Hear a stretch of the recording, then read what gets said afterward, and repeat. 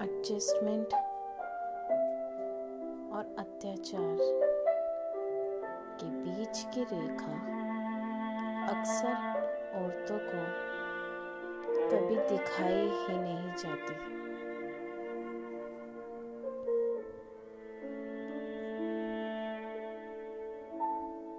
धीरे धीरे सखी को लगने लगा कि शायद इसी को एडजस्टमेंट कहते हैं,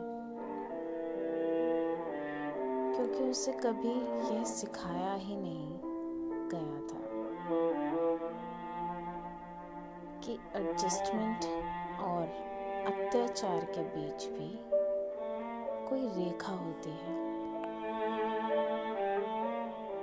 उसने जो कहानियां जिंदगी के बारे में सुनी थी,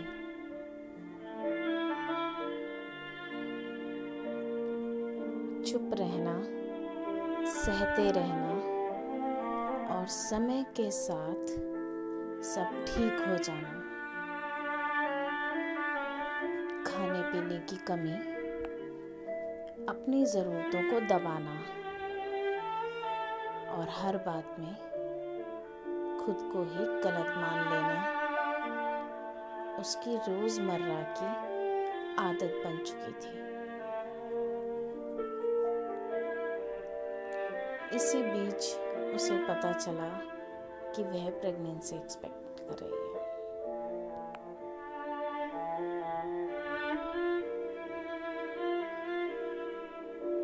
लेकिन इस खबर ने उसे खुशी नहीं दी, बल्कि डर और तनाव से भर दिया,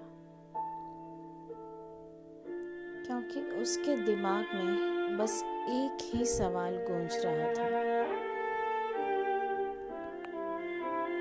मैं अपना ख्याल कैसे रखूंगी? जिस घर में उसे खाने की इजाजत तक नहीं थी, वहां अपने और अपने होने वाले बच्चे की जरूरतें कैसे पूरी होंगी?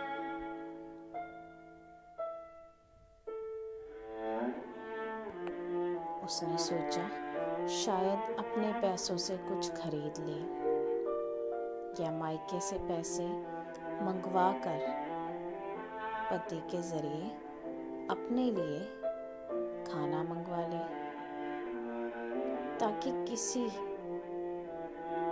न किसी को परेशानी हो और न ही बात बढ़े। लेकिन हकीकत फिर से उसके खिलाफ खड़ी थी। उसकी सास को यह बिल्कुल मंजूर नहीं था।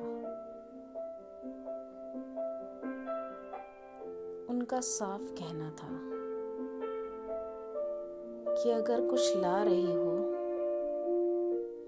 तो सबके लिए लाओ, यानी सखी न अपने लिए अलग खा सकती थी,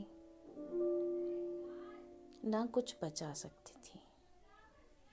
मायके जाना भी उसके हाथ में नहीं था। जब सास कहें, जितनी देर के लिए कहें, तभी जाना होगा।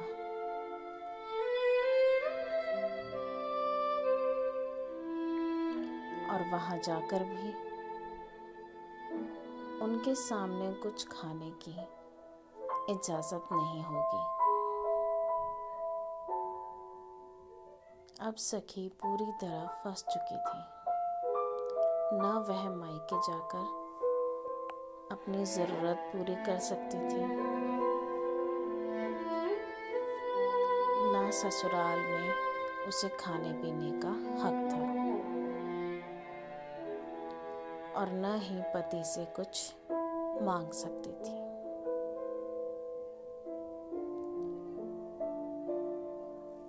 क्योंकि पति से मांगने का मतलब पूरे परिवार के लिए मांगना था,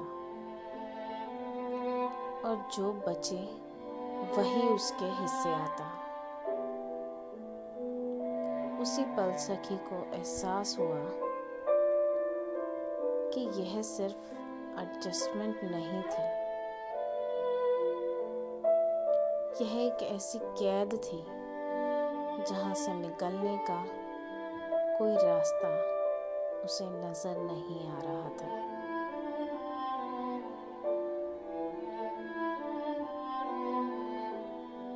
अगर आपको लगता है कि यह कहानी सिर्फ एक कहानी नहीं है, तो चैनल को सब्सक्राइब करें ताकि ऐसी आवाज़ों को चुप रहना ना पड़े।